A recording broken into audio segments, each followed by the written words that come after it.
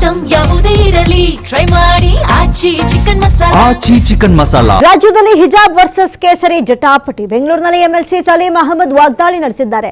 ಬಿಜೆಪಿಯವರಿಗೆ ಟೀಕೆ ಮಾಡೋದು ಬಿಟ್ಟರೆ ಬೇರೇನು ಗೊತ್ತಿದೆ? ಸಿಟಿ ಪರೀಕ್ಷೆಯಲ್ಲಿ ಜನಿವಾರ ವಿಚಾರವೂ ಬಂತು. ಹಿಜಾಬ್ ಮಾತ್ರವಲ್ಲ, ಜನಿವಾರಕ್ಕೂ ಅವಕಾಶ ಸಿಕ್ಕಿದೆ.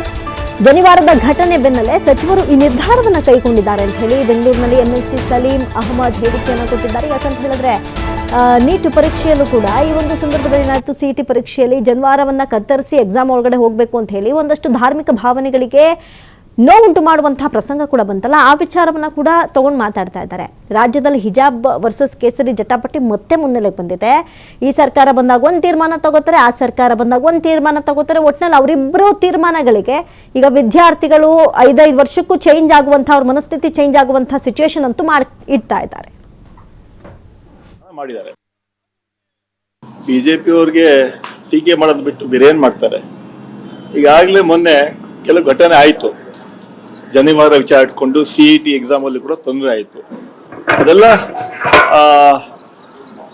ಚರ್ಚೆ ಮಾಡಿ ಅಂತಿಮವಾಗಿ ನಮ್ಮ ಎಜುಕೇಶನ್ ಮಿನಿಸ್ಟ್ರು ಮಧು ಬಂಗಾರಪ್ಪ ಅವರು ಅದನ್ನ ಮಾಡಿದ್ದಾರೆ. ಯಾವುದೇ ಮಕ್ಕಳಿಗೆ ತೊಂದರೆ ಆಗಬಾರ್ದು. ಆ ಹಿನ್ನೆಲೆಯಲ್ಲಿ ಎಲ್ಲಾ ಸಮಾಜದ ಮಕ್ಕಳಿಗೆ ನ್ಯಾಯ ಸಿಗಬೇಕು. ಬರೀ ಅದರಿಂದ ಈ ತೊಂದರೆಗಳಾಗಬಾರ್ದು, ಎಕ್ಸಾಮ್ಗಳು ತೊಂದರೆ ಆಗಬಾರ್ದು ಅಂತ ಬಿಟ್ಟು ಈ ತೀರ್ಮಾನ ಮಾಡಿದ್ದಾರೆ. ಅದನ್ನು ಕೂಡ ಬಿಜೆಪಿಯವರು ಮಾಡಿ ಸರಿಯಿಲ್ಲ ಅಂತ ಹೇಳಿದ್ರೆ, ಬಿಜೆಪಿಯವರು ಟೀಕೆ ಮಾಡೋದೇ ಅವ್ರದ್ದು. ಪ್ರತಿ ಸಲ ಮೊಸರಲ್ಲಿ ಕಲ್ಲು ಹುಡುಕುವಂತ ಕೆಲಸ ಬಿಜೆಪಿಯವರು ಮಾಡ್ತಾರೆ. ಅದರಿಂದ ಇದು ಕೇವಲ ಹಿಜಾಬ್ ಮಾತ್ರ ಅಲ್ಲ, ಎಲ್ಲ ವಿದ್ಯಾರ್ಥಿಗಳು ಕೂಡ ಆ ಹಿನ್ನೆಲೆಯಲ್ಲಿ ಒಂದು ಅವಕಾಶಗಳು ಮಾಡಿಕೊಟ್ಟಿದ್ದಾರೆ.